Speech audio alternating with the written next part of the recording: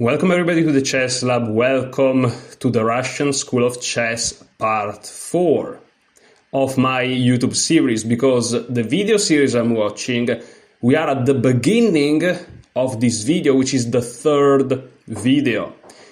Dzindzihashvili, who is a very strong grandmaster from the Soviet era, did a three-part series where he talks about the Russian School of Chess and how people usually think by following the principles of the Russian School of Chess. What is the Russian School of Chess? Well, the best way I can describe it to you is like the distillation of all the best practices and principles in chess, and in the view of applying them correctly at the board. This is kind of the best definition I can give to you. Now, the reason I'm watching these videos is because I've noticed in my games a tremendous lack of systemized thinking process. And I would like to fix that. And I'm trying to look for answers in order to fix this issue. However, I'm not sure if everything we are watching here is coherent with that need of mine. It seems so far it is, but again, it's not 100% sure. So what I suggest to do is we just keep watching this, okay? So let's I don't know why I click on that. Let's just go, shall we? I'm gonna raise the volume to like 70 because I'm deaf to one ear. Because of blockade. I have to go to a visit to make it unfixed, but I still have to go because, you know, I have like 100 quadrillion things to do. Okay, so let's keep going. Let's go. So this is Roman Dzindzihashvili, strong grandmaster from the Soviet era. You already explained so many concepts. Let me give you a very quick summary just so that you're not completely shocked of what's going on. But let me tell you. So, The main encapsulation of everything is no good moves without proper evaluation. And proper evaluation is something that I never do in my games. And I'm rated 1972 FIDE, classical standard rating, you know. So it's like, how is it even possible that I'm rated like that without proper evaluation? And so I think that adding a proper evaluation in my games can really improve my game. And it's gonna definitely improving your game as well, no matter what your rating is. So let's keep going. So the question we can have here, how can very experienced player make so many wrong decisions? Well, because what Russian school teaches you, yeah, you have to use your own logic, but you can structure logic several different ways. You have to make sure that your logic follows the ground rules. You follow ground rules using your logic. You don't make 6-7 moves in early stage of the game with the same piece. Well, there are different aspects of the strategy. Activity of the pieces we already mentioned. And now I'm going to show you one very instructive game played by two representatives of great Russian school, between Mikhail Botvinnik and Yefim Geller. Well, okay, so now we're looking at a game between Botvinnik and Geller. And both of these guys, needless to say, are like legends of the game, legends of the Soviet era when it comes to chess. And yeah, it's gonna be quite a blast. So let's just go. Even they sometimes fail to activate all their pieces. Well, let's go with the game. D4, knight f6. Typical King's Indian that Geller used to play almost every time he had a chance. G3, bishop g7. Bishop g2, castle. Knight c3, d6. Knight f3, knight c6. I want to, guys, make you understand something. Like, if you look at this position thus far, knight c6 in the d4 opening is perhaps very, very slightly unusual, but in general, what both players are doing is following the Russian school of chess, in the sense that they are developing their minor pieces, they are castling, they are doing something about the center. It feels like black is doing less, but you know, the backbone of the King's Indian is to then push e5 a little bit later. This is very standard. And of course, opening theory and opening knowledge is essential component of the Russian school of chess philosophy. So you should not be, let me center myself on the webcam, you should not be too shocked to see opening theory at all. d5, knight a5, knight d2, c5, queen c2, and a6. Very, very well known position theoretically, and very popular at that time. Game was played in 1952. That was it. Okay, so this game between Botvinnik and Geller is played in 1952, as Dzindzihashvili just said. And what is going on in this position? Well, I have really no idea, because I don't know chess. But, you know, this pawn was under attack, so the knight back to d2 controlled this pawn. The e4 square is nicely guarded by this bishop, also with the knights, of course, but, you know, knight back to d2 is a typical move in this type of structures. This resembles some sort of a Benoni, in the sense that black wants to eventually get b5. Perhaps white is going to try to stop it, but I don't know, because, again, I have no idea. You know, there is this bishop on c1, which is a little bit, that you kind of notice it. On the other hand, black has a knight on a5, which is not clear what he's doing. Cannot be trapped with b4, because the pawn will simply take it. So the knight cannot be trapped. And if you attack it, is already defended by the queen. So this knight is not really in danger to being lost per se, but is just stranded on the side of the board. You can imagine even in the future something like b3 perhaps, right? To really make sure this pawn cannot be taken, even though now it's sufficiently defended by the knight. And the knight cannot go back to the square c6 because of the presence of the white pawn. And even if you play b6 or even b5, but in general, if the b pawn disappears, let's say b6 for sake of simplicity, and then you play knight b7, it's like, where is the guy going? And even if he goes back to d8, because you move your queen, you know what I mean? Like, it's not clear. So perhaps a path you can see is knight b7, knight d8, knight f7 after you play f5. But in this type of structure, if you play f5, perhaps you're weakening a lot of squares a little bit too much, and then knight f7 to go knight here, but it takes like a trillion moves, and I'm sure that white in the meantime is not just falling asleep at the wheel. He's going to try to do something active. So let's just keep going. But everything I said is an hypothesis, guys. It's very important. You don't have to listen to somebody speaking and take that for granted like it's the truth. I don't know. These are my hypotheses based on my observation here. Let's see what Dzindzihashvili, Geller, and Botvinnik are gonna say and do in the future in this position. It may completely confute everything I just said. Many years ago, after a6, white castled. You have to notice here, white's bishop on g2 is not too active. White's pieces of knight on c3 and knight on d2 kind of cramped. And black has an easy way to go b5.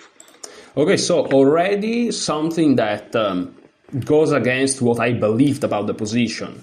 Since in the past I've seen this maneuver of knight f3, knight d2, just because I saw it and so I'm familiar with it, I'm kind of quote-unquote friendly with it, I thought that the bishop was good, the knight was good. But if you observe those two pieces objectively, let's say with no prior knowledge, with the exception of being able to use the logic intrinsical to the Russian school of chess, you will conclude that these two pieces are actually not that great, because the bishop on g2 is staring at his own pawn, and the knight on d2 is blocking his own pieces, and is only in a purely defensive role. So these are very important considerations, and me and Zinzi are not necessarily saying that the white position all of a sudden is bad. All he's saying, Zinzi Hasvili in this case, is that those two pieces perhaps are functioning in a potential manner in the position, but are in this moment not doing nothing concretely. Whereas my little fantastic brain, to not insult him, is like, oh, these two pieces are great because we have already seen it. It's like you are seeing your friend, and you're like, oh, that's great, but maybe your friend is going through something a little bit difficult, and you assume everything is fine because you are happy to see your friend, because he's your friend, you're familiar with him, But maybe no, maybe there are some problems. Same thing here, I'm familiar with these two guys and I'm all happy to see them, but it's like, no, there are some problems. It's like familiarity is a thing. When somebody is familiar with something, they are more prone and more benevolent towards it, right? But you have to be very specific here.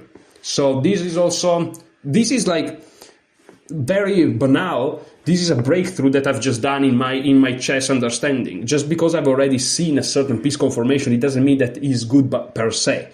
For sure, there are ideas because grandmasters play these things, right? So there are potential ideas, but in the moment, they're not so good. And it's very important to understand these things on a deep level because masters and above that, they understand these things on a deep level. So who am I to not? And who are you to not? It's important we understand these things. So let's keep watching. But there is one problem in Black's position. White deliberately goes for it. Black's knight. Okay, so we are talking about the fact that White decides on purpose to have this weird piece conformation. Why? Zinzi just grabbed the knight, and because of the time technology, the knight disappeared because he has it in his hand. But let's see. On a5 is in a very bad position.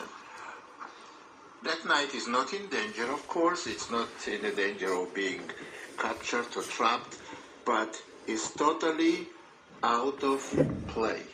Okay, so of course I have to stop here. I'm happy because despite I didn't properly evaluate White's pieces by mistakenly thinking that they are good per se, which is not true, the Black Knight is bad.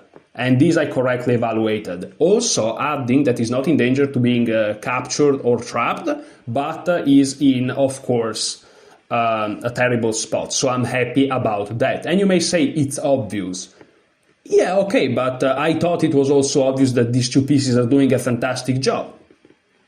So there's not really anything obvious in chess on a very high level. You have to be strictly purely logical. And humans don't tend to be logical.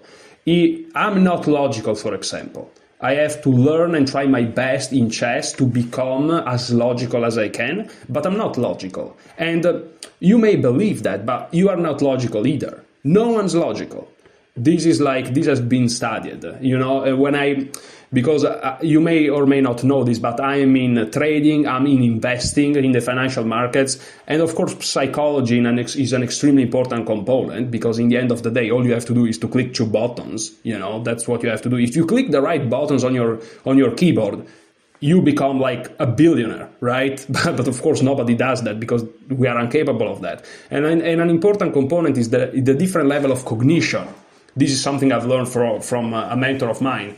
And, there is logic at some point as a level of cognition. And even the absolute top best traders / investors in the whole world, they are not really that logical. They are logical enough to be able to create systems that over the long term generate a positive outcome, meaning money. And what they do is they follow those systems.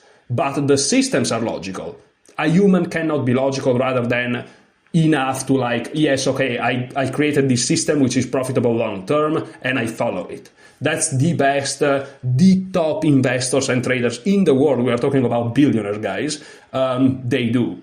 So no human being is truly fully logical. Nobody.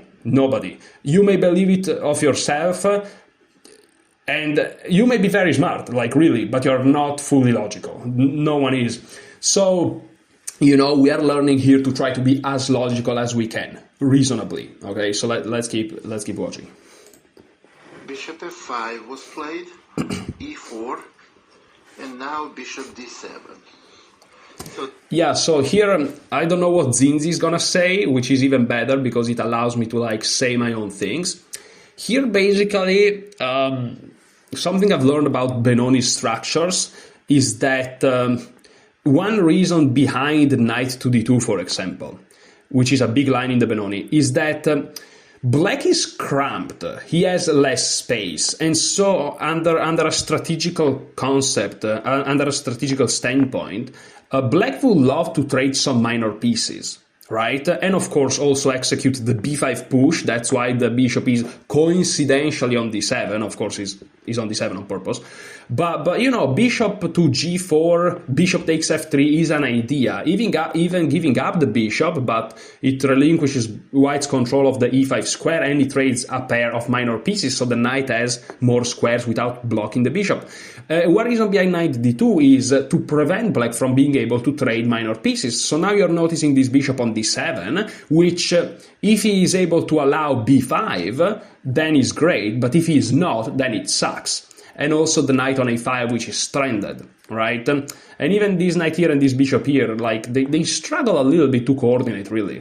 So all these elements, you know, come into play, but objectively these two pieces for white are not that good either. They are, again, functioning meta strat of the game, right? They're preventing their opponent's pieces to being active, but they're also not that active themselves. And that's very interesting. That's very interesting. So we are even learning some Benoni structures here. And again, everything I'm saying may be completely crazy, but let's keep going. The purpose of bishop e5 to make white play a4 and to make bishop on g2 even worse. So okay, so here Zinzi said something very interesting because, you know, and this is, again, strategy, but also opening theory, right? You could go bishop d7 to try to play b5 when the pawn is still on e4, but he went first bishop f5. And if you move the queen, all of a sudden, all your strategy about restricting your opponent's pieces goes out of the window. So you play e4, you have to. And then the bishop goes back, and it seems like e4 is an improvement for white, and it may be, we don't know what the engine thinks, but because you may go f45 one day, so this is all hypothesis, right? But black's argument, which may be incorrect, but the argument is, okay, I play bishop f5, I provoke e4, I go back, and now your bishop is stuck even more. And even though theoretically this may be wrong, because this was played in, what was it, 1952 or something, so many years ago, theoretically this may even be wrong. Or maybe it's correct and black played the best moves, but that doesn't matter. What matters is the logic, the Russian school of chess logic of these super strong players of the past, which is black wanted to restrict this bishop even more. Does it work? Or maybe modern engines have discovered that f4, e5 here just help white going? We don't know that, and it doesn't even matter. The point is the logic. Right? Because in the future, when I'm going to learn opening theory, and if I ever study the Benoni for white or for black, I'm going to use very modern books, very modern courses, right? However, what I'm learning here is not how to play exactly the Benoni from the black perspective. What I'm learning here is the logic, right? So I don't really care if this maneuver for black is wrong specifically in this position. What I care about is why he did it and what achieved strategically. Okay, so we are learning a little bit above the quote-unquote simple how to play the Benoni, for example. Okay, let's keep going. b3, b5, bishop, b takes c, and here the way we may... Yes, so again, we talked about the knight on a5 being terrible. So I would assume that taking with the c4 knight would be a terrible mistake, because this would allow black to just trade it off.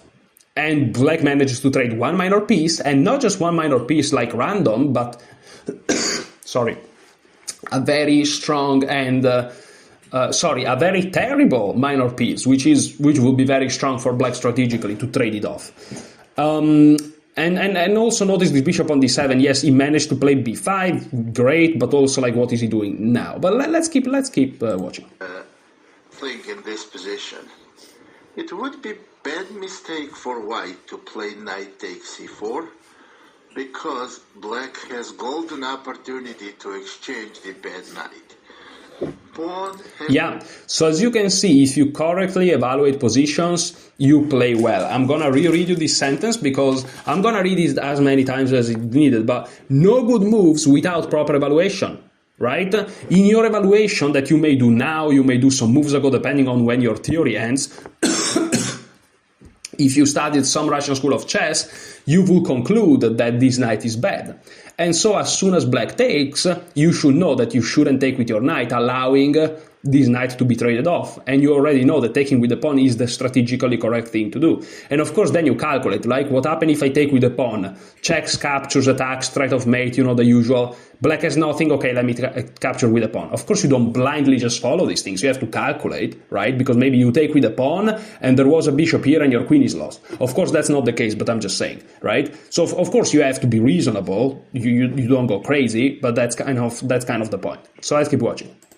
To be taken back with the pawn, which still black remains with a problem of knight on a5. Rook to b8, knight to d1. Now, white... This is a crazy move, by the way. Like, that's crazy. Like, this is insane. What? Knight to d1, what is this? Very, very nice. Let's see. Every time I see a move that really shocks me, I'm happy, because if it's wrong, I get to know exactly why it's wrong and why I was shocked by it. If it's correct, I get to know a new kind of pattern, you know, and I learned something new that really was outside of my radar. So I'm very happy to see this move that shocks me. Wants to put bishop on c3 and knight on e3, improving position. This way, knight on a5 will be kind of under attack, and black will need one big piece to protect this knight. So basically what white is doing with this quote-unquote weird move, which is not a weird move, is an extremely logical move now that we understand it. It was also before, but not to us. So basically what white wants to do was to rearrange his pieces in a way that is more optimal to the position. He wants to, with the knight on e3, you are overprotecting this pawn on c4, but also this knight is looking at some squares on the king side. And then you want to put the bishop on c3, which the c3 square was also occupied by the knight, but so you really have to move it. So the bishop is, again, as Zinzi said, attacking these knights. So the queen, for example, have to always guard it, cannot really leave this diagonal, which kind of makes it hard to achieve moves like e6, for example, right? Because, you know, then this pawn is weak and the queen has to defend both the pawn and the knight, which are in squares which are really far apart. So this rearrangement of pieces, which white has still to achieve, because he just played knight d1, Zinzi then made the moves on the board manually to show us, but white still has to achieve it. But it's very, very, very interesting and very, very insightful. That's amazing. So let's see. Knight to d1, queen c7, and knight e3. I think in this position, at this point, white has significant advantage. Rook b7, bishop c3. And sorry, I clicked on the wrong button. I meant to pause the video. I don't know. I exited somehow. But anyway, the full screen, I mean. So it's very interesting that in this position here, Zinzi says white has very strong advantage. And what I'm noticing here from these very strong guys and from Zinzi here and the Soviet guys is that, of course, if white is playing this way, he probably agrees with Zinzi Hasvili. And something that fascinates me is that in modern times, we will look at a position like this and just look at the engine. Now, I'm not going to turn on the engine for this position, even though I'm very curious to do, but the engine, I don't think it gives like a +3 in this position. I'll be honest with you, I don't think the engine gives a +3, but maybe it does. But, you know, when Zinzi says white has a big advantage, in our mind, that's like a +3 or something, right? And it's truly fascinating the amount of respect that the Soviet players attributes to positional elements, you know? We tend to just look at the engine and be like, oh, the engine is like, I don't know, +1. Okay, white is a little bit better. But Zinzi is like, no, white is borderline winning, which is crazy. So, but this is very insightful, and this is truly amazing. Okay, so let's keep going. Rook f b8, h3. It's just quiet moves. Black has very, very hard time generating active play.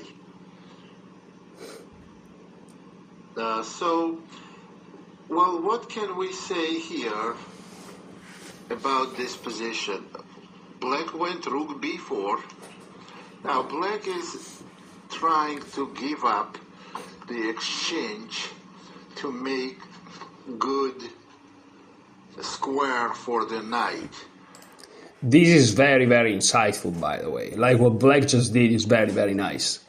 Of course, if like white doesn't have to take, but what black is doing is very interesting. Of course, Zinzi just explained it, so I'm not going to explain it back myself.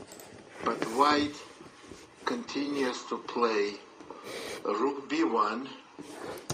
Okay, so here white plays rook to b1. He's trying to exchange the heavy pieces here, and to me that makes sense. And again, this is an hypothesis, but it makes sense in the sense that, let's say that all the rooks are exchanged. This is 4 pieces of the board, but that knight on a5 is still sucks. And the black rooks are good rooks. They are both occupying an open file, so basically white is exchanging, if black exchanges.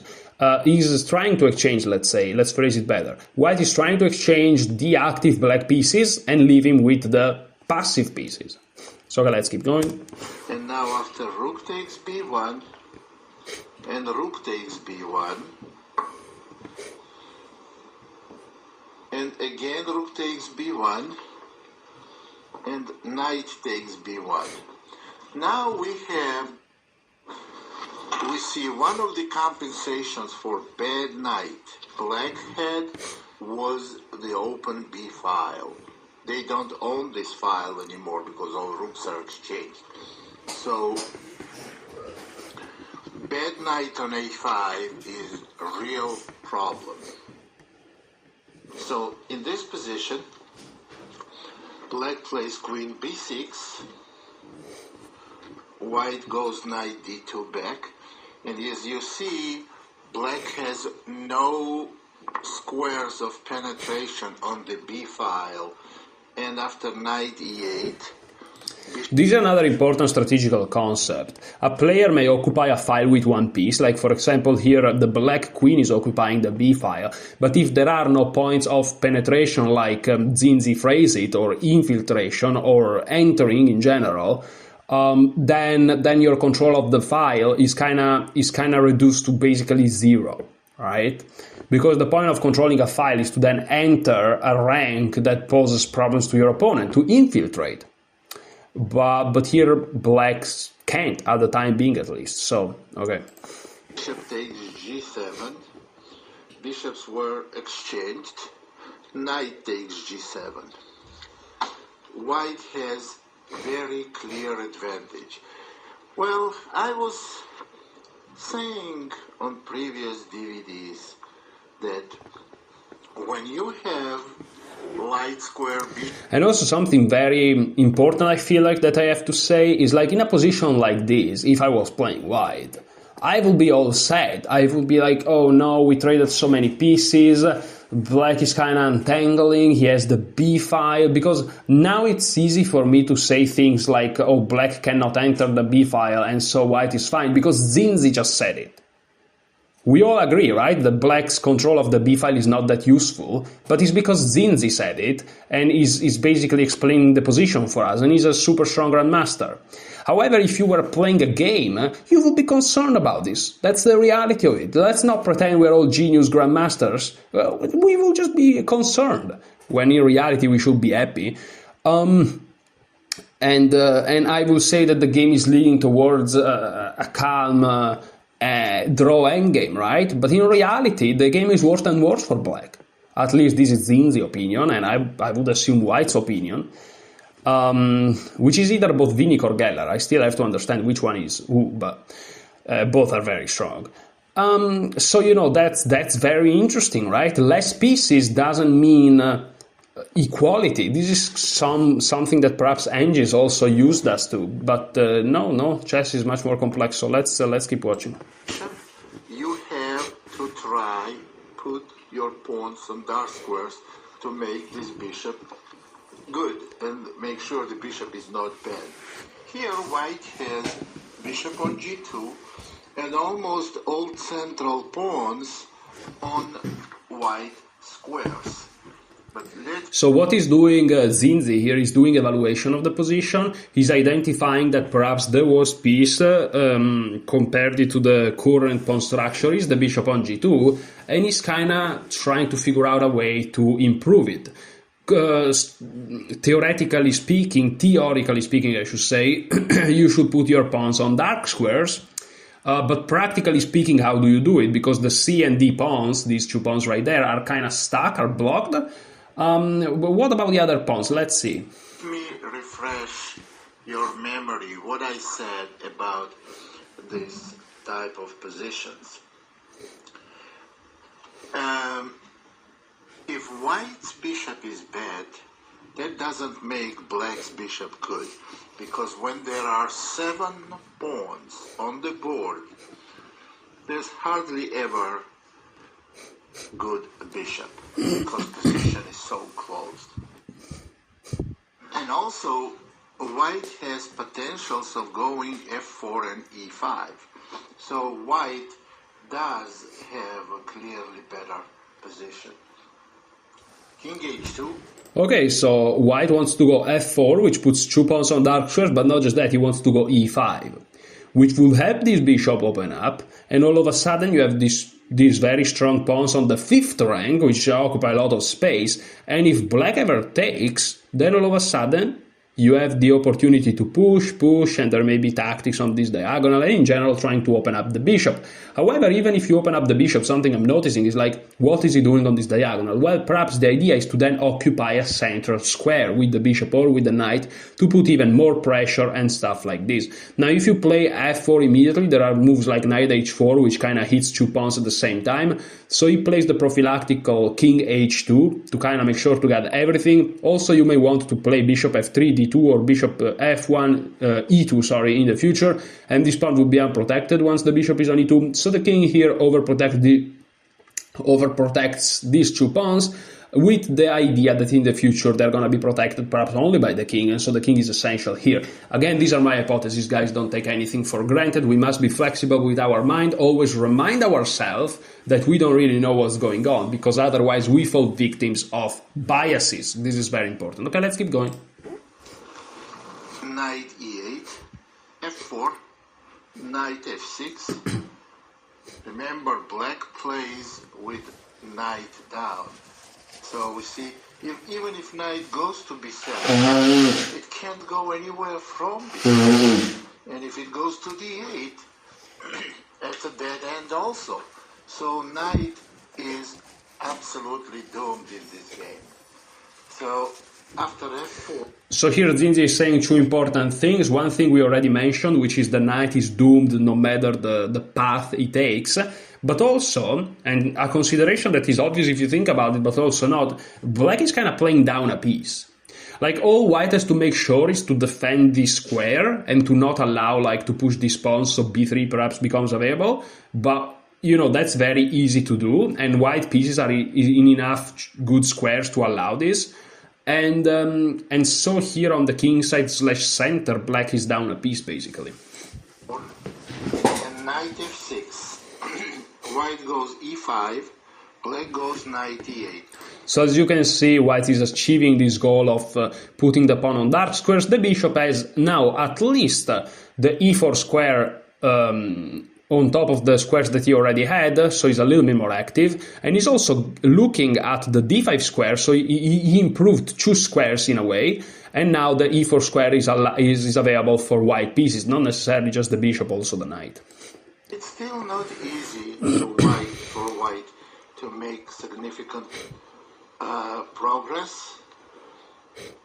So after knight e8, queen c3 was played, improving position of a white queen, f6, e6, bishop a4. Okay, so here white plays something very interesting, which is he plays e6.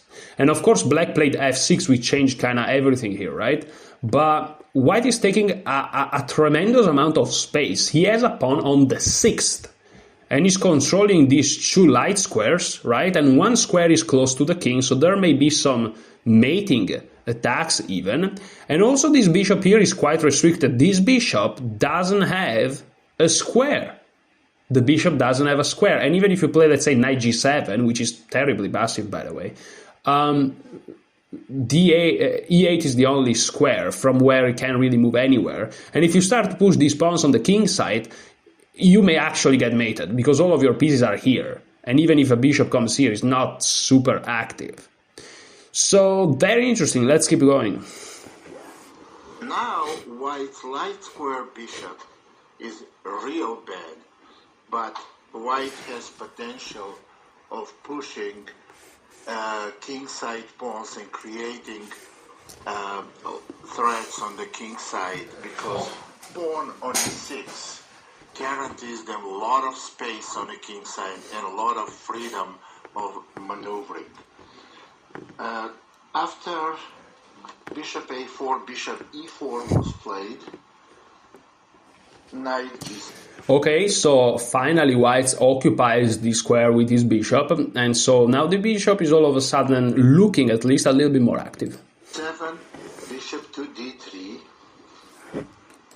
So the bishop goes from g2, which steps into his pawn, to d3, from which it helps control the f5 square, where the knight may jump, but now it will just lose a pawn.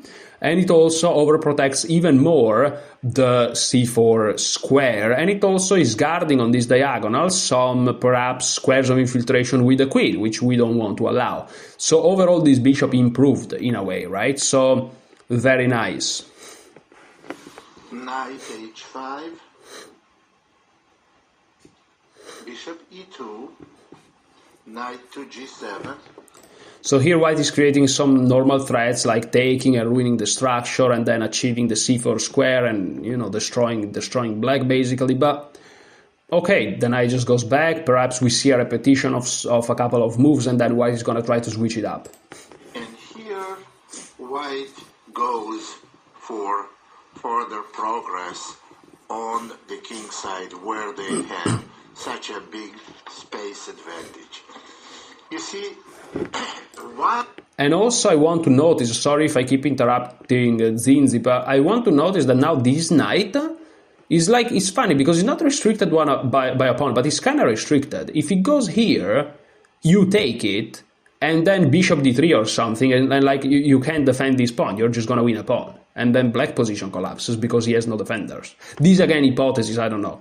If the knight goes here, it's kind of similar situation, right? With attacks here on e7 and stuff, and the queen may swing over. So it's a really tricky position for black, which now starts to have all of his pieces in kind of passive positions. And if you compare the pieces individually, they're kind of all worse compared to white. So yeah. This game is so instructive. Black has a bad piece, and white has a space advantage. So when you make progress here with a white, you have to make sure you never give black any counterplay. After h4, black played knight e8. What is for black to do? If they go queen b4, white can easily play queen c1, and without any progress for black.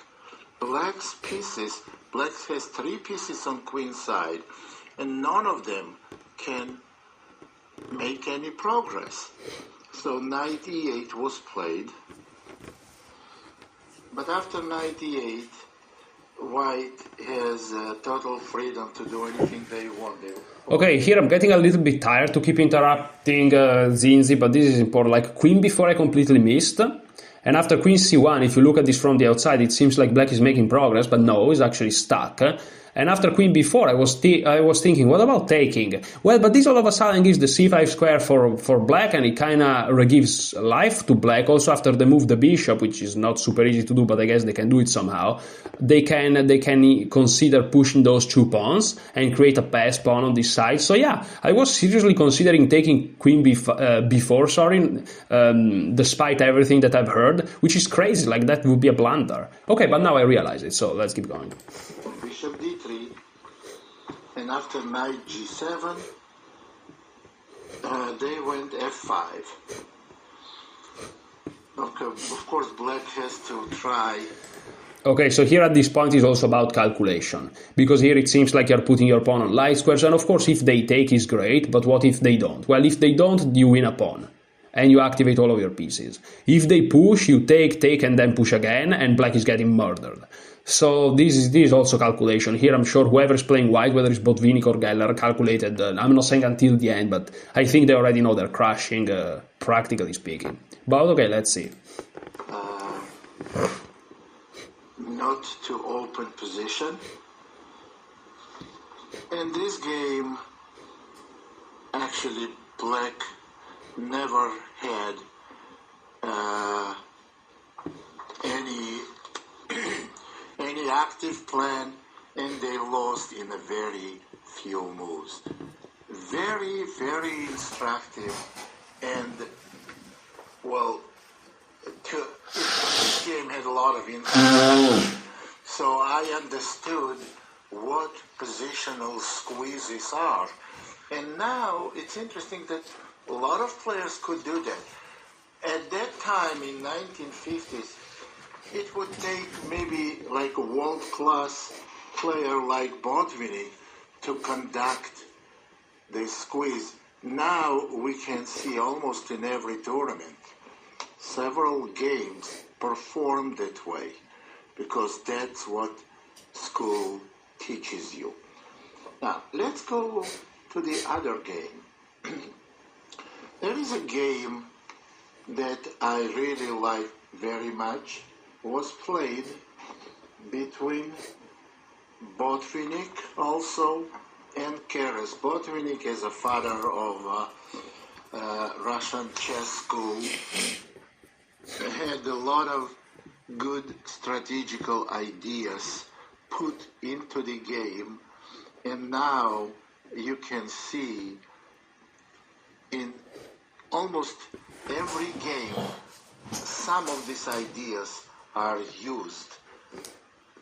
So this game against Keres was played also in 1950. Okay, so here we are seeing a game between Botvinnik and Keres. Keres, if you don't know, is considered the strongest player, compared to his own time, to never become a world champion. Keres is truly like built different, right? Keres is super strong. Botvinnik, again described by Zinzi as really the father of the Russian school of chess. So we are talking about two players of absolute elite level when it comes to strategic understanding of the Russian school of chess, and it's going to be very instructive to see how they conduct this game. 52. Botvinnik is white, d4, knight f6, c4, e6, knight c3, d5, c takes d, e takes d, bishop g5, bishop e7, and e3. Well, here is a classical position of Queen's Gambit declined. After e3, black castles, bishop d3, knight bd7, queen c2, rook e8, knight ge2, knight f8, white castles, So here I want to notice a couple of things. I studied these positions in the past from White's point of view, and what both players are doing is very typical. Usually in modern times, Black plays c6, but perhaps Black is waiting because he wants to play c5 all at once, which is a typical move in this type of positions. White wants perhaps go f3, e4 to really take the big center. And after proper preparation, like King h1 and Queen d2 or some other moves, and this is just very typical stuff. Go c6, Rook a to b1, Bishop d6. Okay, so here perhaps there is another plan with the minority attack, but again, I don't know. Let's see. And here, it's interesting to see how game continued. Black has a threat of bishop takes h2. It's very simple tactical shot. King takes knight g4 check, and then capturing the bishop on g5. Obviously, this is easy to prevent. King h1 was played, and I have to point now bishop takes h2 is not working for many reasons. First of all, there is g3. Secondly, simply bishop takes f6 followed by king takes h2. So in this position, after king h1, and I want to notice, like, in a way, the class. And I'm not saying this is correct. I'm saying, look at that. Instead of playing h3, which is what I would have probably done, here White is not compromising his pawn structure. Because pawns don't go back, right? That's something that also Shankland told us. But, of course, we all know that. But, it's important to realize it while you play. And he's not playing h3, he's not playing g3, he's not compromising his structure, just king h1. Very interesting. Black played knight g6. But White played f3. Here is the change of plan. Originally, White wanted to play b4 and b5. But right now, they are trying to play e4. And the reason for that is that Black played bishop d6. Now it's easier to play e4 because the knight on f6 is pinned.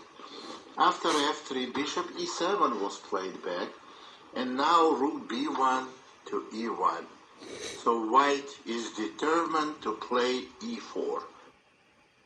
And once e4 is played, slow advancement in the center, where White practically has an extra pawn in the center. They have more centralized pawn structure. And if they go e4, they will absolutely in the center. And that's exactly actually what happened. Knight to d7. Bishop takes e7. Sì, dai, me ne fai anche per me? 150, grazie. Rook takes e7. White also played knight g3. That's another useful move. e4 is definitely coming. Black cannot play c5 because knight takes d5, so e4 is absolutely unstoppable. After knight g3, knight f6. And also something I realized, if you plan to play this e4 thing, this point may become tender and this diagonal in general, so playing king h1 also prevents that. So White really played optimal moves. Queen f2 was played with the idea e4, because after e4, White's d4 pawn may be hanging. So White protects that pawn by playing queen f2. And after bishop e6, White made another move, knight f5, before they went e4. They could have played e4 right now, but they probably tried to stay away from some kind of a c5 idea, so maybe rook d7. So White decided to go knight f5.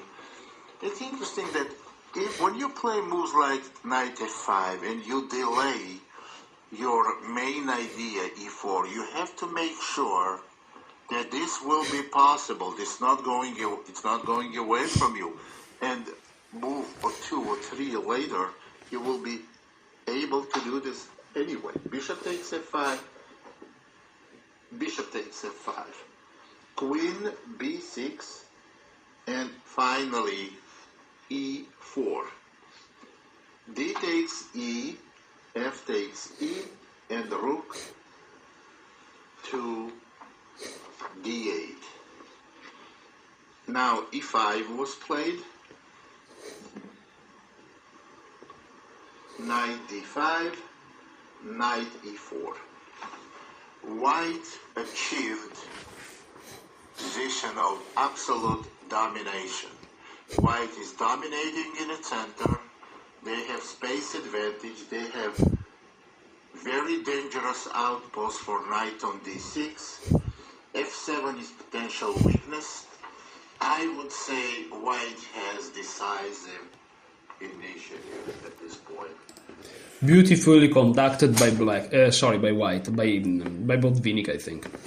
Knight f8, knight d6, knight d6, and here after queen c7, bishop to e4, knight e6. White is intending to exchange bishop for knight, to have dominating knight against defending knight, but before they do that, they go queen h4, they use this bishop for the last time, attacking h7 square. After g6, bishop takes d5, c takes d, and another strong move, rook c1, and after queen d7, rook c3. That's crazy, by the way he played. Like, he played queen h5 because he wanted to give up the bishop, but first queen h4 to provoke a weakness, then he gives it up, then wins a tempo, and also does the rook lift. That's crazy. No, that's crazy, bro. And it's so simple. You see, this is the very, very instructive way of seeing how you can absolutely maximize activity of your pieces. And you use every one of your pieces to the full extent.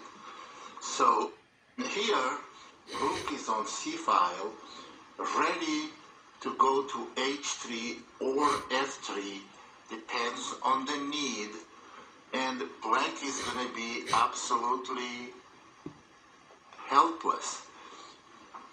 I was always talking about domination and coordination. Those are my 2 most important phrases in piece coordination. I was always talking about domination and coordination. So domination and coordination. Let's go.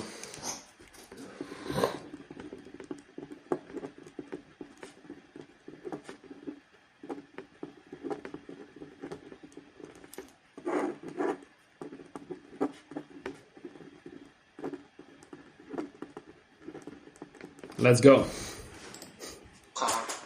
My 2 most important phrases in piece coordination. Coordination, domination, this is by far the most important aspect of chess strategy. By far the number 1 topic. So after rook c3, rook f8 was played, and now knight f5, and it's time now to redeem this huge advantage.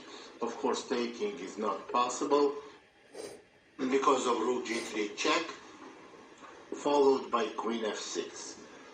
Knight g7, also queen f6. And in this position, black played rook f8 e8. If this rook goes to e8, then after knight h6, it's very quick mate. King g7, queen f6 check and rook h3 mate, and on king h8 it's the same, queen f6 check, knight g7, and now we can go rook h3, rook f3, we can go knight takes f7 with a quick win. So black is totally helpless here. After rook f8 to e8, white didn't bother taking the knight on e7, rook on e7. They played knight h6 check, and on king f6, king f8, queen f6, threatening mate on h8, knight g7, rook c3 f3, and this is beautiful picture how pieces can be absolutely helpless. This is brutal, by the way. Threat is queen takes f7 with mate in 2 moves. And black played rook c8 in this position. Now knight takes f7, and we don't need to continue, just rook e6 was played, and after queen g5, black simply resigned. In this game, I want to tell you that white never made absolutely ingenious move. They had very healthy strategy. And although the game was played in 1952 and these strategies were not very well known to general public, today I wouldn't be surprised if I see game on this level played by any regular master or maybe even expert, anyone. The only difficulty was there to stay focused, to be focused with the general idea of playing e4 and improving your pieces, just to be consistent and not get distracted by some other phony threats or some tactics, and not be overconfident that you can win this game in like next few moves. No, it slightly building up the pressure and converting it to the mating attack. Very impressive game played by Botvinnik. Okay, this was very instructive. Now let me think about something. We can keep going. Okay, I have time. The initiative. Initiative is one of the most important parts of the chess game. Initiative and defense. Initiative is when your pieces are very active and you can perform some coordinated action of these pieces, and frequently it develops into attack. So then when there is an attack, there should be a proper defense. Sometimes you may bet that your attack is much stronger than opponent can provide defense against. And for that, you may even want to sacrifice some material.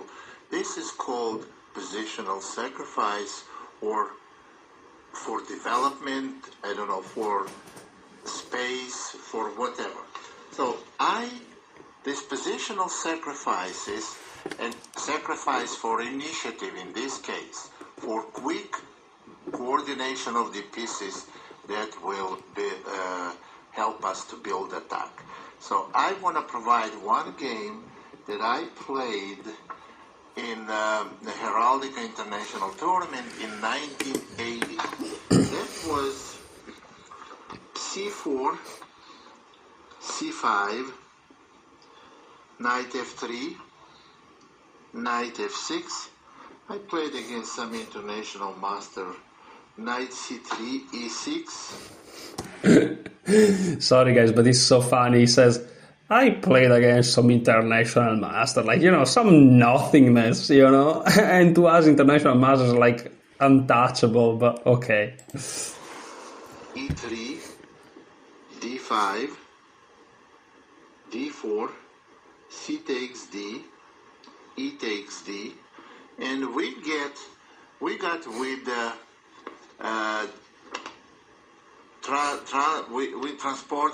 transferred to the pawn of attack of Caro-Kann. And after c takes d, e takes d, bishop b4, c takes d, knight takes d5, and one of the continuations in this position, bishop d2 is one, and queen c2 is the other one.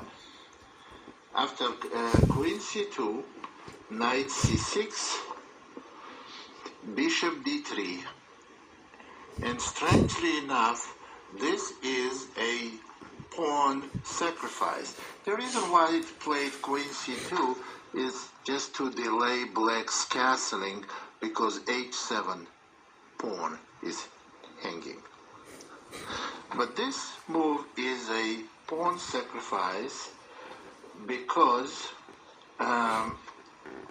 black played knight takes c3, pawn takes c3. This is deliberate pawn sacrifice, and it was played before in the game between Najdorf and Portisch. And I did study this pawn sacrifice, and I came to conclusion that white has very good initiative for that. Knight takes d4, knight takes d4, queen takes d4, and you can tell that white cannot take queen or the bishop. If white takes bishop, rook hangs on a1, and taking queen is illegal, so bishop b5 check is the critical move that forces black to move their king f8. Now, I want to quickly point to you what was the position white was aiming for. There is no bishop d7 move. Bishop d7 loses instantly, because after bishop takes d7, you can see king cannot take because queen a4 check wins the bishop on b4, and king cannot take because of queen a4 check, and queen cannot take because simply bishop is hanging on b4. So after bishop b5 check, king f8 was played, and white castle. This is the critical position for... Okay, so we reached the critical position. I have to go for a second to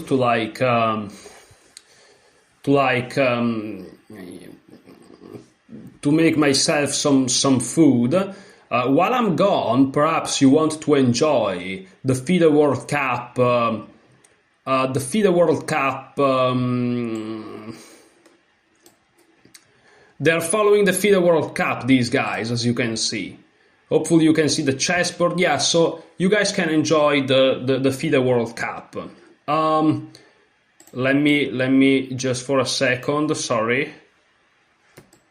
Let me do this so you guys can see everything. And I can even bring this one here down so you guys can truly see everything. Okay, so you guys enjoyed the commentary of the FIDE World Cup. Very concrete. It's unlikely in the near future. That's why I was even willing to play maybe. Okay, you guys enjoy the FIDE World Cup, okay? I'll be gone for like 5 minutes. You guys can enjoy that. Well, there are very nice ideas you just said. I think it's very nice what you pointed out, that you don't play c4 before black plays a6, because the b6 kind of idea. So all these nuances are extremely important, and it's very rarely that somebody explains it to you. So thanks. I hope the audience can also appreciate that, because this is exactly something you don't really get these culinary things of chess. But Yeah, so D5 is probably not going to happen, at least in the early stages. So maybe let's jump into the other game, because there's been some development. So this is a bit quieter game, and I think it's going to continue for a while. Here you see the very nice split screen of two remaining games here. Queen D4, okay. I mean, this feels like an open draw offer to the opponent, because everything is disappearing from the board. Even Judith's favorite 0.4 advantage is no longer there. The bishops can be traded, queens are about to disappear, and I would estimate this game is about to wrap up in like 10 minutes, maybe even less. It means that David will be right, because he said it 50 minutes ago that it's max an hour and a half in his judgment. So it seems like, so maybe David, we will ask your judgment on the other game also, what you're expecting, but that will come later. Can we go back a few moves? How did this happen? Because there were some hopes that we're going to have some really great sharp things maybe, or at least posing some problem for black after Queen H5. What was the move? It was not D5, because it's standing on D6 in the actual position. D6, very solid. Yeah, for some reason this wasn't even on my mind, but it's probably the safest move there, Artis. Yeah, I mean, it protects the bishop, also brings out the let's go bishop on E6, makes sure there's not going to be any checks. So maybe this Queen H5 was like a fishing move just to see if Black's going to do something silly. Black said, no, I'm not in the mood to do that, so D6 is just fine. And what happened after this move? I love this kind of move. Sorry, just wanted to say, I love these kind of moves which has two meanings, right? One is to defend the pawn, the other one is to open up the line for the bishop. Good one. Dual purpose, very safe. White went back, hoping for castles. Checkmate. Didn't happen. H6. We mentioned this idea to stop bishop G5 earlier. Bishop E3. Vic is always right. It's always bishop E3. Actually, the moment this move was played, bishop E3 was also when Esipenko just played bishop E3 on the other board. But, No. You have to show. You have to show the Yeah, you have to show the trick. You have to show why bishop E3 is not good. What's the trick? Yeah. Pawn takes. Queen back or somewhere, and Rook F7. boom, the rook. Queen takes, bishop E6. Very nice. Because usually it feels like Black is doing fantastic. Just give me one move. Just give me one move after Queen E7. I'm going to castle short. You can weak pawn on E3. I'm doing great. And boom, Rook F7. Lights out. Boom. Very nice. Very important. I'm glad you picked me up on that. Yeah, because we have to make sure that our audience don't think that bishop E3, F3, becoming the pawn structure that way. It's anything you can consider. You cannot consider unless you have this fantastic concrete tactics. Yeah. This would have ended the game on the spot. But instead, he saw this. Yakubov, he's in pretty decent form right now. Tournament of his life. And let's catch up because they're racing through the moves. I think Artis is going to be right. There was a bishop trade. Queen takes check. King moves. G7 is quite a nice spot. They're blitzing things out now. Queen D4, King G7. Centralizes. Queen's off the board. Bishop D7. F3, Rook E8. And this is where we are. We're at move 22. They can't agree a draw yet, but they'll find a way in the next few minutes. They have to make legally 30 moves because according to the tournament regulations, which is by the way pretty much a standard of any kind of little chess tournament, in order to... Okay guys, so I am back. Let me re-put this one here. Let me redo this, so everything is kind of alright. Everything disappeared. Fantastic. I would like for this to disappear, you know. Okay.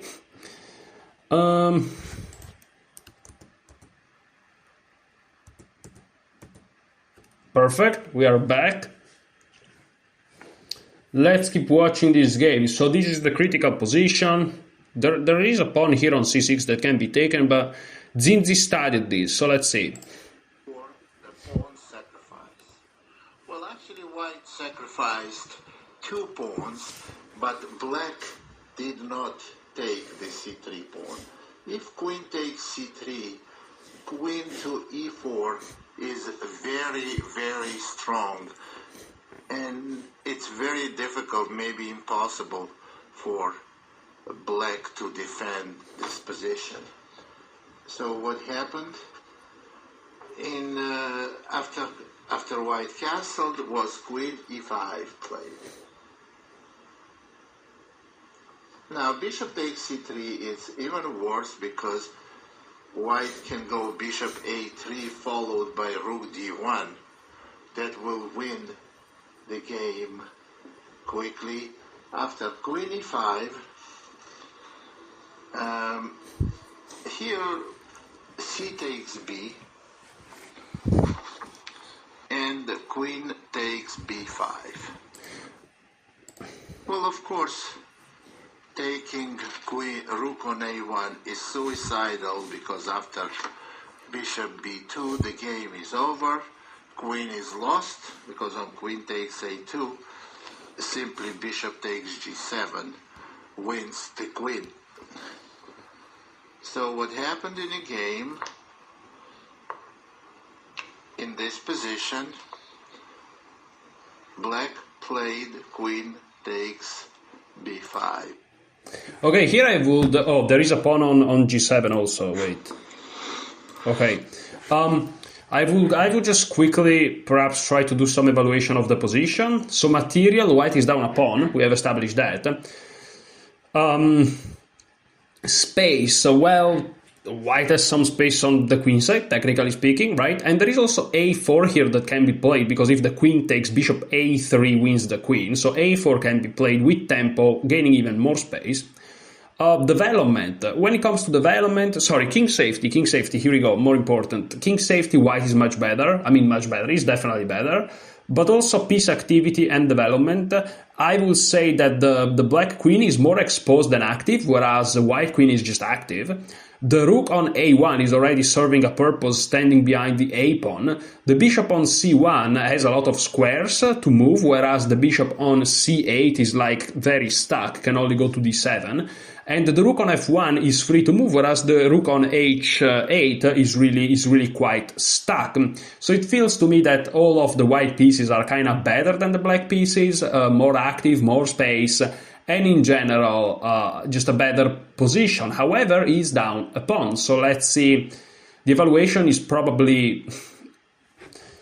I don't know, like, do we want to say better for white? It's probably better for white, but white has to be very incisive with his moves. So let's see. Well, let's summarize this position. How would we know that this is good position? Now, it's a lot easier to play this position for white than to assess it. Assessing is based... This is not the type of position Russian school talks about something. No, this is what Russian school says at all. Anything about this type of position. What can we connect? What kind of a strategy we can connect to this position is this. Couple of things. First of all, when you have an initiative, it's very, very good to have opposite color bishops, as opposed to have them when you have initiative in the end game. So, in the middle game, when you have initiative, it's good to have opposite color bishop. You have to realize that black is going to have very hard time with safeguarding their king. So, we have big advantage in development. That's something Russian school says that it's very good. We have opposite color bishop. That's what Russian school says it's very good. So you have to handpick main points of initiative that you have. And now what you have to do, you have to search for the most aggressive and decisive continuations. Rook to d1, creating very simple and obvious threat, rook d8. Okay, let me go back a second. And decisive continuations. So, what's the plan? What's the plan? You should continue with most decisive continuation. And it's crazy that here he plays rook d1, which is very logical. But I didn't even consider rook d1. I just looked at a4 to take more space, but here you have to be even more direct. Check with the idea of taking the rook, because after a4 the queen can obviously simply move in 3 trillion square. So okay, let's keep going. Rook to d1, creating very simple and obvious threat, rook d8. Check. Bishop d7.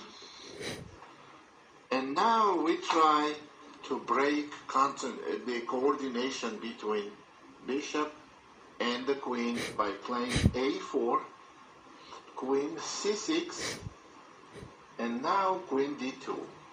That's a very strong move too, because we're threatening b5 and bishop a3. We're attacking the bishop on d7, and we may be wanting to play bishop b2 and queen g5. Black's position here is totally lost. After That's crazy. queen d2, king e8 was played. And in this position I have several different ways to develop my initiative, but I decided to go queen b2. I'm not saying that's the best way to do it, that's the only way to do it, but queen b2 is good enough. And after f6, b5, and on queen e4, bishop e3. It's almost impossible for black here to connect their rooks and to bring their king to safety. And after bishop e3, b6 was played. Now white, thanks to black queen, white quickly doubles on d file, rook d4, queen b7, and rook a d1. Rook d8 is forced, and now rook d6. Black is completely paralyzed. After rook d6, rook f8, queen d4 was played, e5, queen d3. Yeah, there was the threat of rook takes c6 there, because if the bishop takes, then the rook hangs, I think. Black is totally motionless here, and they cannot do anything. King e7, and now next move is also part of the school that I went through. School tells me. I'm perhaps thinking about the fact that this bishop is not participating into the attack, so perhaps the move bishop to c1 with the idea bishop a3, it seems pretty freaking strong, but I don't know. But yeah.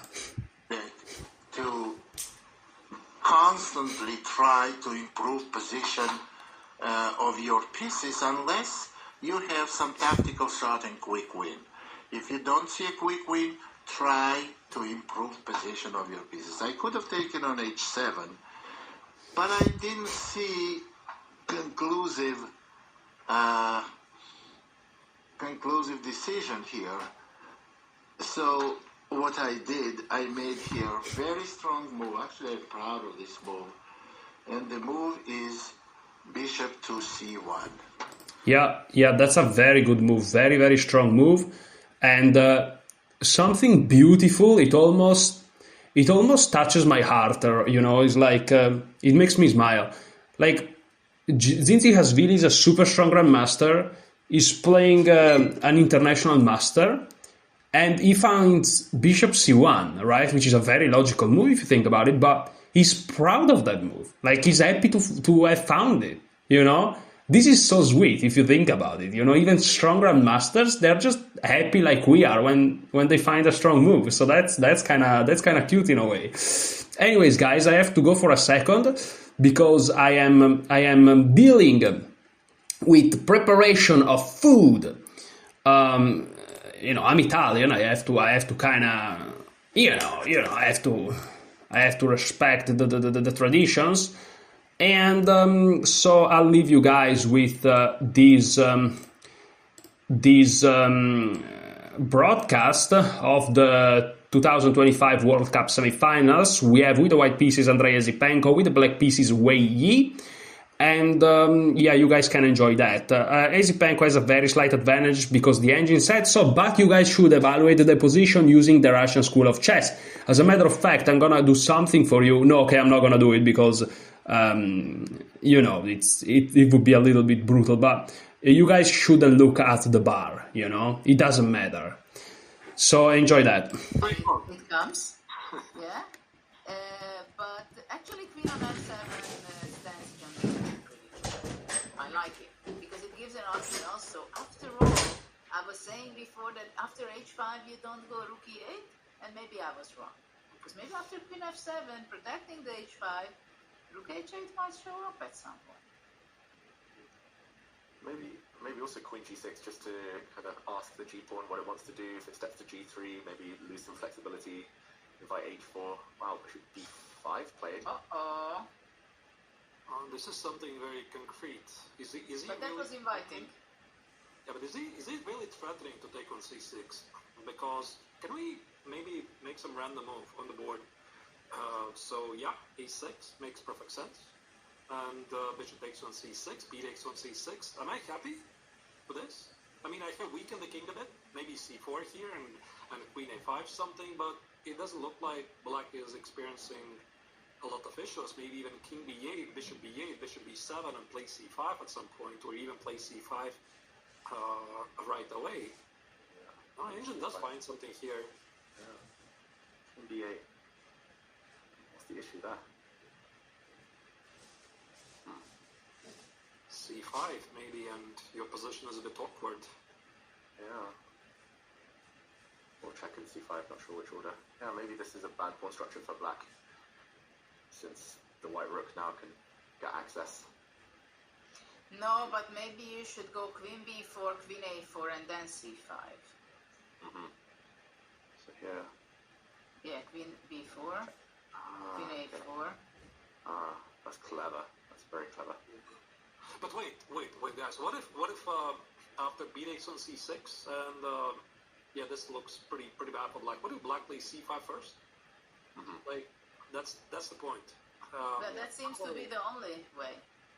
Yeah, but it's sufficient, I think, because if White wants to make some progress, it's got to be some B4 push at some point, and that's why the question I have here is: Bishop B5 even a threat? So is he threatening anything? Because it's like a complete change of the strategy, because he was aiming for the bishop pair, and suddenly he plays Bishop B5. So is he really threatening to take on C6, or actually what he wants to do is provoke A6 and then retreat and use the pawn on A6 as a target? And this again brings the next question: is A6 useful provocation, or actually something that Black is quite happy to play? Wow, you want to say that after A6 he wants to come back to... I don't know. Just an idea. Maybe. Wow. I think I'd play. Is it a tempi-driven game? Like, does it really matter here? Because perhaps they're playing some mind games, some provocations, because White cannot make immediate progress right away, and he's just, Esipenko with white color, he's just looking for some kind of information, something that he can use, and maybe Bishop B5 is like some very deep 4D chess or 5D chess, whatever you call it, and he's thinking like at the next level. But it could be just a simple idea to take on C6 and claim that the king's a bit weak. I can't believe it. that a6 is so bad for black in this position that it's worth 2 times. Okay, it's not such a concrete game right now, but still 2 tempo is 2 tempo. What about? Okay, guys, so I'm back. Hopefully you enjoyed this coverage of the World Cup. Okay, so sorry for this, but unfortunately this computer is always funny. Let's go here, let's do this. Okay, everything should be fine. Okay, so let's go back to follow what Ganguly has to say. And I'm gonna eat my pasta while Ganguly, I said? No, Tzintzikashvili, Ganguly is another guy. So let's follow what Tzintzikashvili has to say. I'm gonna eat my pasta while the video is going, so I'm not gonna interrupt him or anything. I'm just gonna enjoy that, and I'm gonna move my microphone a little bit away so you don't hear me munching on my pasta. Okay, let's go. Doesn't go. Is coming to A3 is absolutely devastating for black, and here black played in desperation. Bishop takes b5, pawn takes b5, they gave a piece away, and now it's all practically over. Rook takes d6. I didn't take on d6, I played bishop a3 first, and after bishop a3, a couple of more moves was made. Rook f to d8, bishop takes d6, and after king f7, queen takes h7, black simply resigned. They are in very dangerous king position, and also they are pieced down. Well, I maybe found one or two slightly difficult move in this position, but you remember this, that when you strongly believe in your position, when you believe that everything you did is right, and based on your knowledge and understanding of the game and the basic rules of Russian chess school, your position is overwhelming and very good. Remember, when this happens, your search level is for decisive continuation is a lot higher than it would be if you are not certain in evaluation about your position. You don't know when you have a good position or not. You are not searching as hard. The reason why, because you don't know if there is solution or there is not. But if you believe that everything you did is right, and you have overwhelming position, and you have decisive initiative, you know there should be a winning continuation. And once you believe it, eventually you're going to find it. And if you don't, that's the subject. That means your search and your tactical eye is subject to improve. So, well. Sorry, but I have to interrupt here. Very nice by Zinzi. If you struggle with something, okay, you just work on improving. You know, no need to cry, no need to go crazy. Just work on improving. Let me discuss one game. It's also what I did here. I played also. The reason why I have so many of my games analyzed here, because they are not the most brilliant games. No, by far not. Because I can easily, I'm a good product, very, very typical product of Russian chess school, and I can explain how that school helped me, and what I based my research on. So this game was played by me I played board one for United States team. in Chess Olympiad in 1984 in Greece. I played against another Chinese grandmaster. So knight f3, d5. Well, here let's go in the middle to the middle of the game, and I will explain it to you what I picked up based on Russian chess school and how I put my own search and my own imagination much later in the game, not in beginning. First, I used those basic principles. Knight f3, d5, g3, c6. We quickly go through the opening, bishop g2, bishop g4, castle, knight d7, d3, e5, e4, d takes e, d takes e. This is very quiet position. Bishop c5, h3, bishop h5, knight bd2, f6, c3, bishop f7, knight h4, knight e7, knight f5, knight takes f5, e takes f. Okay, this is number one. I have very nice outpost for my knight. I have very good bishop, and I have some space advantage on the king side. Maybe I can build an attack. It's still very little yet for... So bishop e7 was played.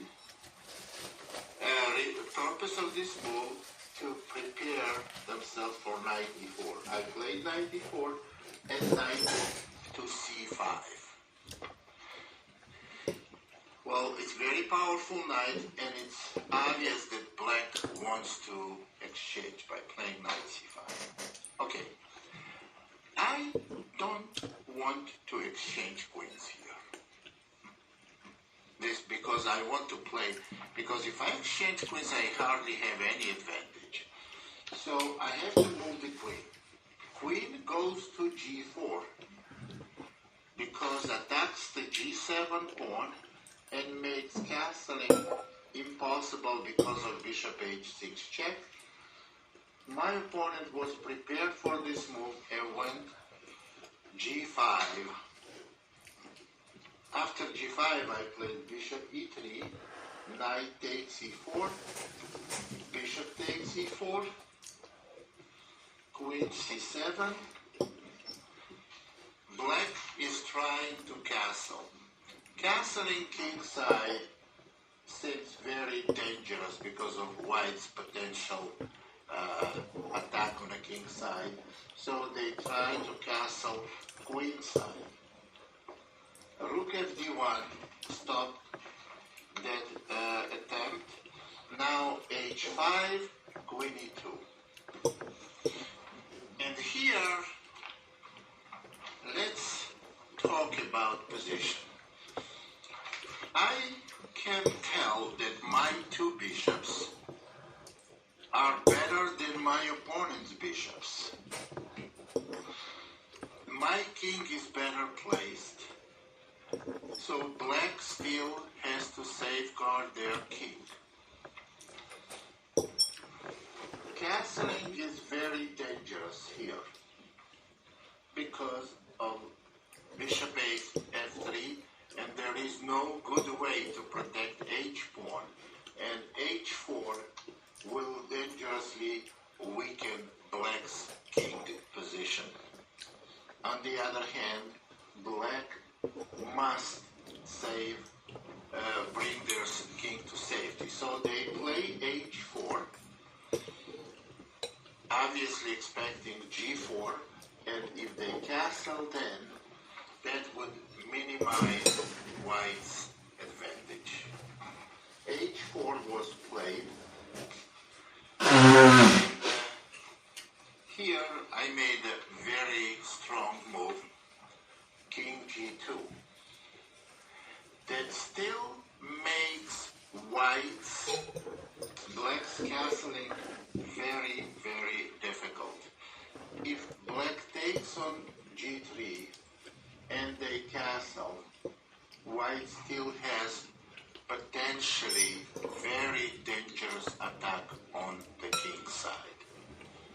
So black decided not to castle, but walk over with the king. King f8, rook d2, rook d8, rook takes d8, bishop takes d8, and rook d1. Well, there is something else I picked up from Russian chess school. We have the open file, but any chess school will tell you that. Even beginner knows that when there is an open file, you have to try to control it. And that's the simple thing that I have to do. That's what I did. After bishop e7, I went queen d3. Now I'm absolutely controlling that d file. Queen b8. I went queen c2, trying to go rook d7. Because queen d7, bishop e8, I couldn't make progress that way. So I went queen c2, a6, and now I went bishop b6. Now I'm totally controlling the d file. Queen c8, and now c4. After bishop e8, queen d2. White has big positional advantage, but there is still an issue of h4 pawn and g3 pawn. White does not want to play g4 to free black's rook, and black rook can try to participate in the center. So the white keeps the tension with the pawn on g3. After queen d2, hg, f takes g, and king g7. After king g7, g4 was played. Now this position is far from being safe for black, because black's rook still needs to stay on h file because of potential h4 breakthrough, and that's actually what decided the game. So after g4, rook h7, queen a5, this is another very strong move, attempting bishop d8, bishop d7, preventing bishop d8. Now we go bishop c5. Now we want to exchange dark square bishop to make d6 square accessible for the rook. King f8, bishop takes e7, and rook takes e7. Now rook d6, king f7, queen d2, and queen c7. White is still dominating on d file. They have dominating bishop on e4, and black's pieces are terribly passive. And in this position, h4 turned out to be absolutely devastating and completely winning the game. h4, g takes h, and simple breakthrough g5, and the game is over.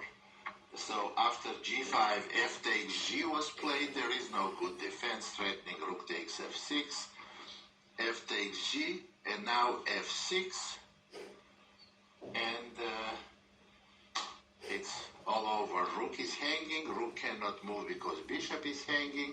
Bishop h3 check was played, king takes h3, queen c8 check, king h2, queen g4 was played, and after bishop g6 check. This is just one of the many moves white can play to win the game. Forcing king takes g6, because if king goes back, then the background made. King takes g6, then pawn takes rook with the check, and black simply resign. White make the queen, or they are already upper rook, totally hopeless for black. This is good example of using basic initiative principles with one finesse. That's something you have to do. Remember, I said I did not play g4, did not close. That's crazy, by the way, how freaking simple it is. What what? Bro, the guy was a Chinese grandmaster. That's insane. That's crazy. That's crazy. That's crazy. Let's keep going. The position on the king side. That was actually,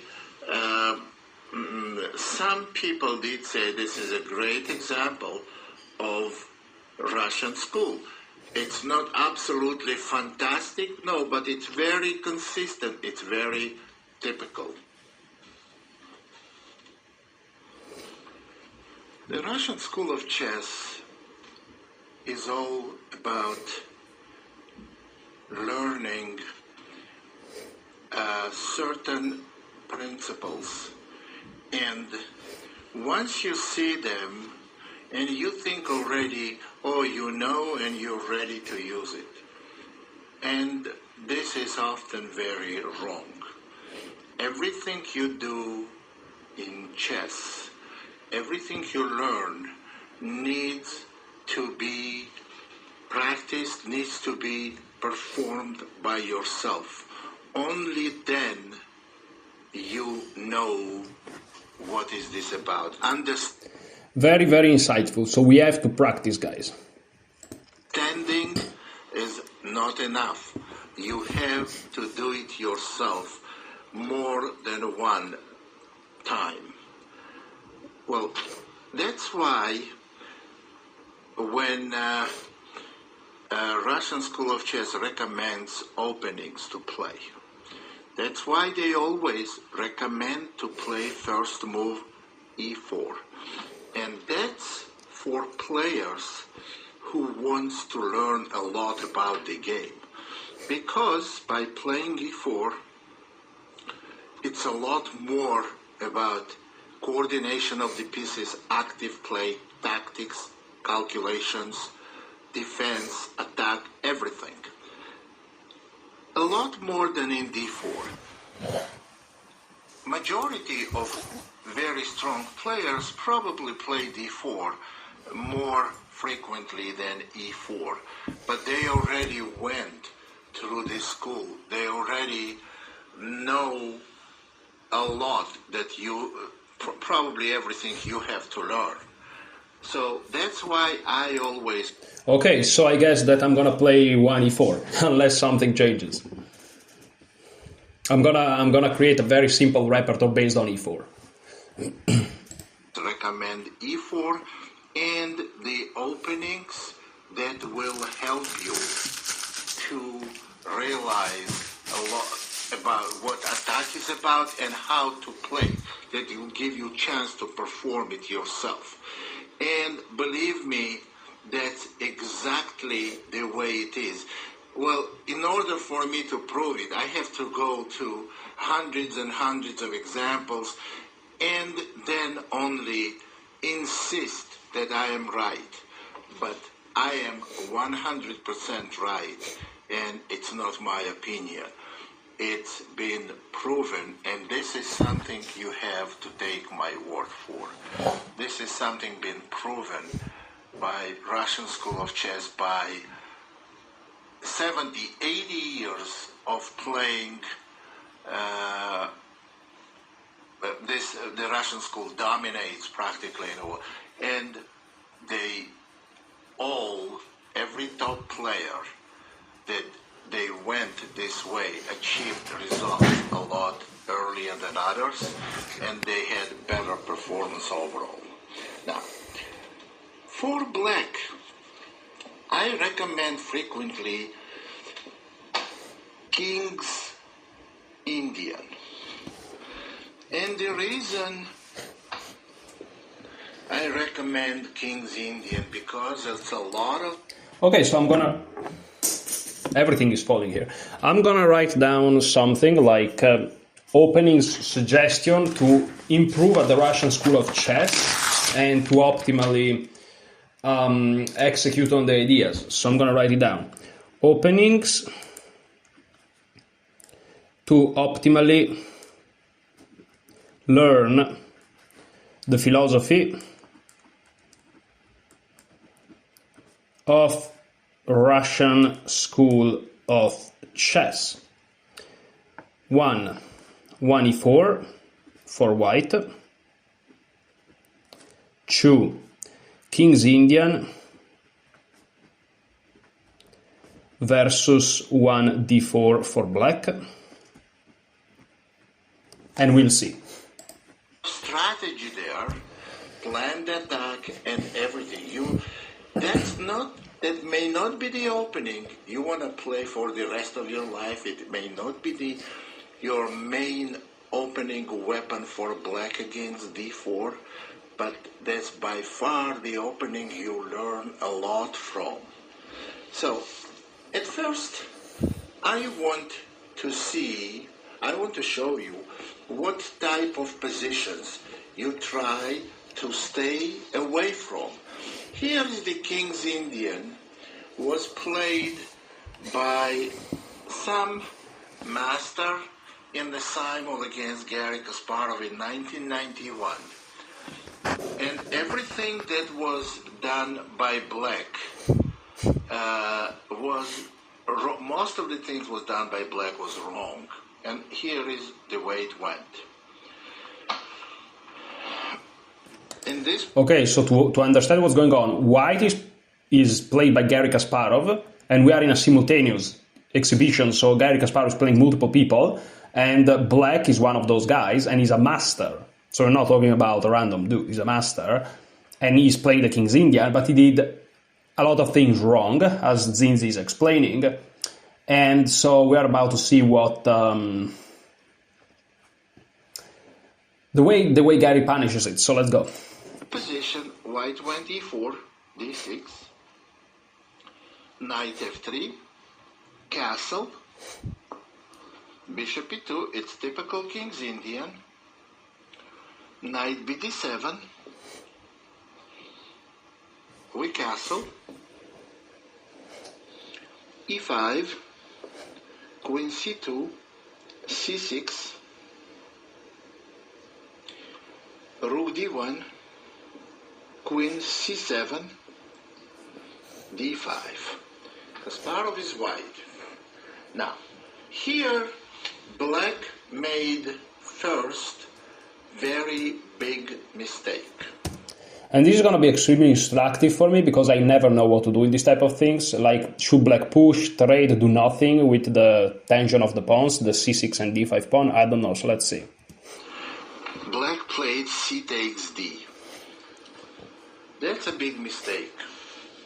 And anyone who understands deeply King's Indian attack will tell you it's mistake. And mistake is based on the principles, very, very logical and very simple. After c takes d,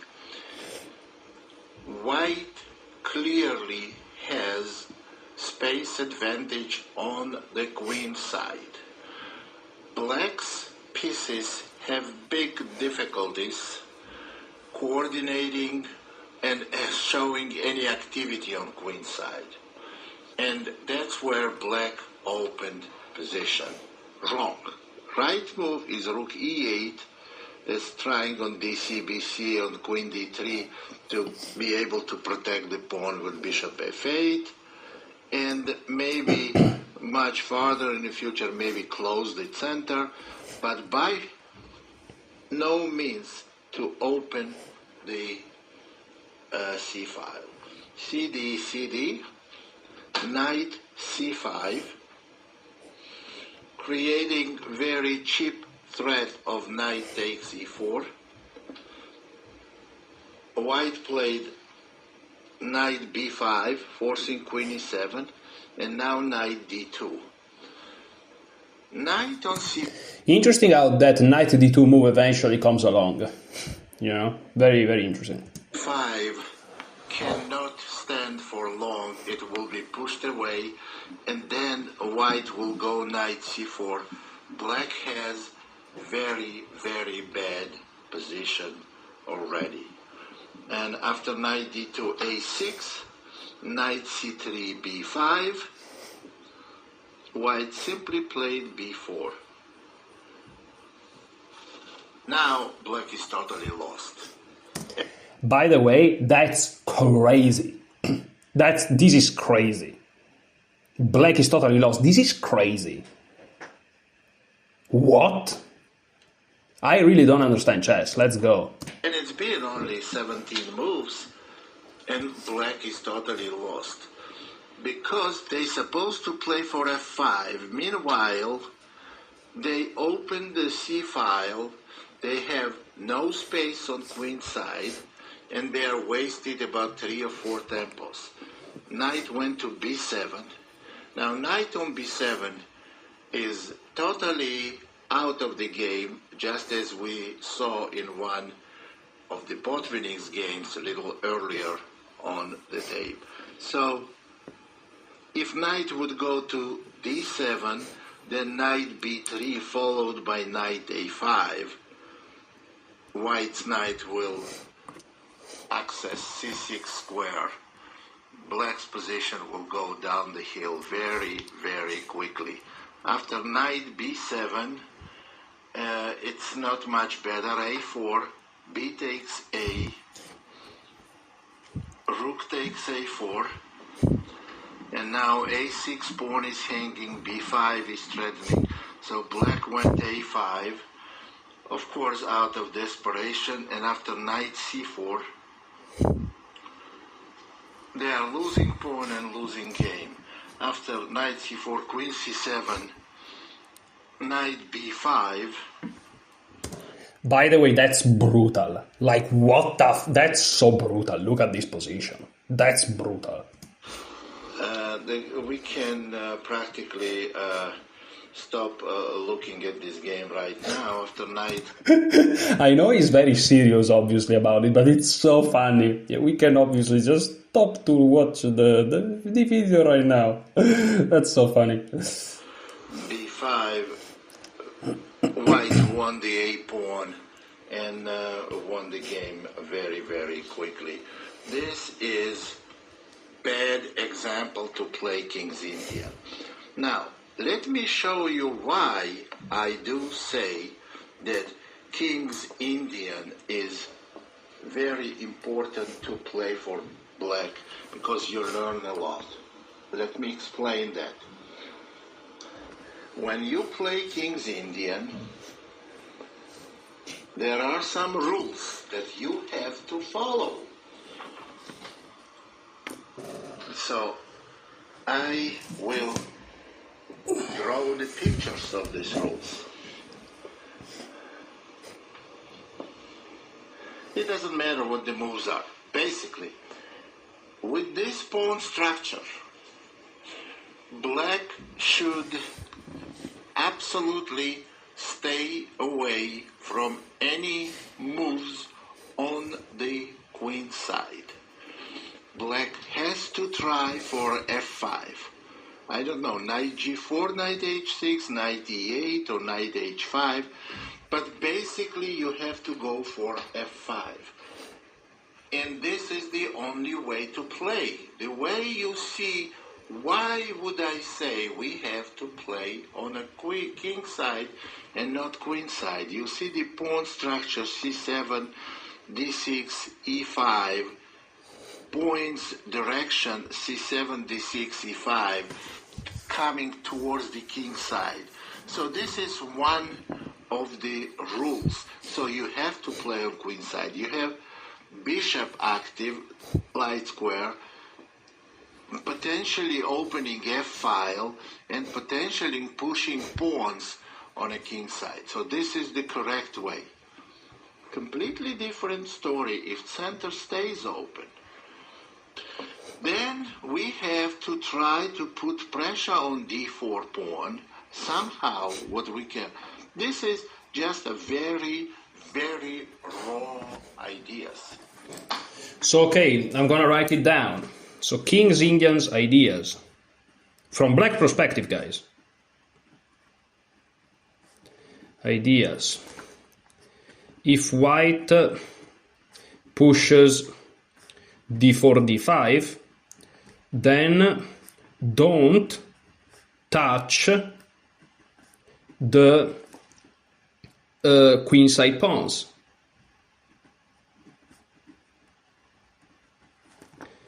If white keeps central tension, try to apply pressure against a d4. And if they push it, well, we are back to what we were talking about. You know what, guys? This afternoon I have a chess tournament. This afternoon. And I think I'm just gonna play 1e4, which is crazy because if they play c5 I already have to resign. But I'm gonna play 1e4, and against d4 I'm gonna play the Queen's Indian. Sorry, the King's Indian. That's crazy, dude. That's crazy. Yo, that's crazy. Just with those ideas and the Russian School of Chess. The problem is rapid games, so I won't have time to apply proper evaluation, and I'm gonna get obliterated, and it's a team event. My teammates are gonna kill me. Let's go. Now, let me show you one tactical, well, actually strategical maneuver in the kind of a pattern that you can play while you playing King's Indian. Well, c4, g6, knight c3, bishop g7. e4, d6, knight f3, castle, and bishop e2.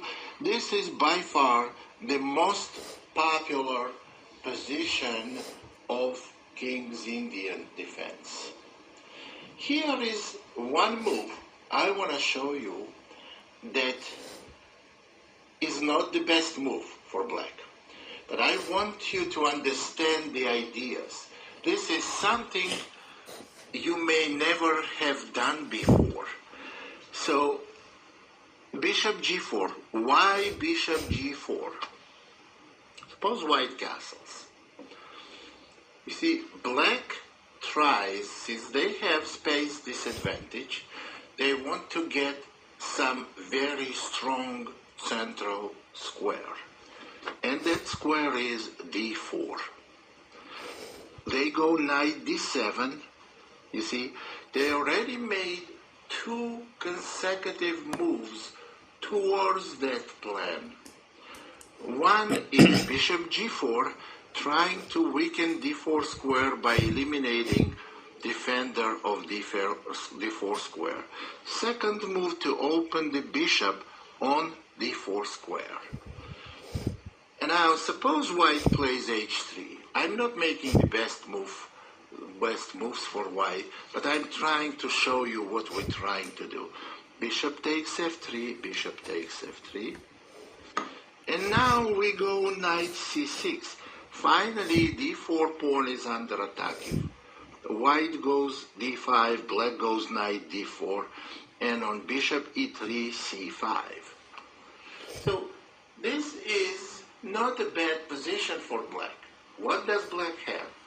Black got rid of the c8 bishop, which would have been blocked on c8, would have been blocked by the knight on d7. There's one very important rule which I outlined on several of my DVDs, saying when you have space disadvantage, and you do have space disadvantage in 90% of King's Indian positions, it's good for you to exchange one or two minor pieces. That's exactly what black has done. Black has dominating very strong position for the knight on d4. If white takes en passant, we have a choice to take with the pawn, but we cannot do it right away because our knight is hanging. And if we want to take with the pawn, we have to take the knight first. And after queen takes f3, black has very nice position. I would say black is better here. So this is a pattern, how you do coordinated attack on the central squares. Actually, this is very, very interesting. The best, bishop g4 is not the most recommended move in this position because the best move, bishop e3, but that's something you have to know. So what do we do? I'm just explaining that this is one of the strategical patterns. And strategical pattern, you may use it in some different openings to eliminating defense and then put pressure on a weak square. So, and after d5, knight d4, you have something to play for. Playing, controlling dark square, having, well, also after d5 in this position, you see that King's Indian bishop is on g7, is very active and on the open diagonal. Those are some of the components of chess strategy. Making your pieces active, that's not the component. The component is how do we put pressure on central square to extend our bishop's activity. So King's Indian, I would recommend, if we develop this idea further, I can go to enormous extent, and this idea by itself can make like 2-3 hours, but we're not going to do that. I am showing it to you how it's important to have space advantage on one side and not to be cramped at the same time. It's so important to get some outpost squares. Now, I want to show you an interesting game. Okay, so what I said previously, I take it back. I'm not gonna go out of my repertoire, but I'm gonna play my usual repertoire. The difference is, when I'm out of theory, I'm just gonna try to apply the Russian School of Chess principles. So I'm gonna try to evaluate the position, and if there is a file, try to take control of it, improve my pieces, try to identify outposts, if I have a space advantage, if my opponent has a space advantage, look at the imbalances, the dynamics, and all these things. So having said that, it has been 2 hours of recording. Today, I actually have the energy to finish the recording if I want to, but I got duties to do. I have to go to this tournament and I have to, to go in a second or two. So I'm going to interrupt the video here. There are still 20 minutes of this Dzyinzyhashvili exposition. So we are going to finish it in part 5 of my YouTube series, and it's going to be the conclusion of part 3 of the Russian School of Chess series by Dzyinzy. Okay, so thank you guys so much for watching. Enjoy your chess!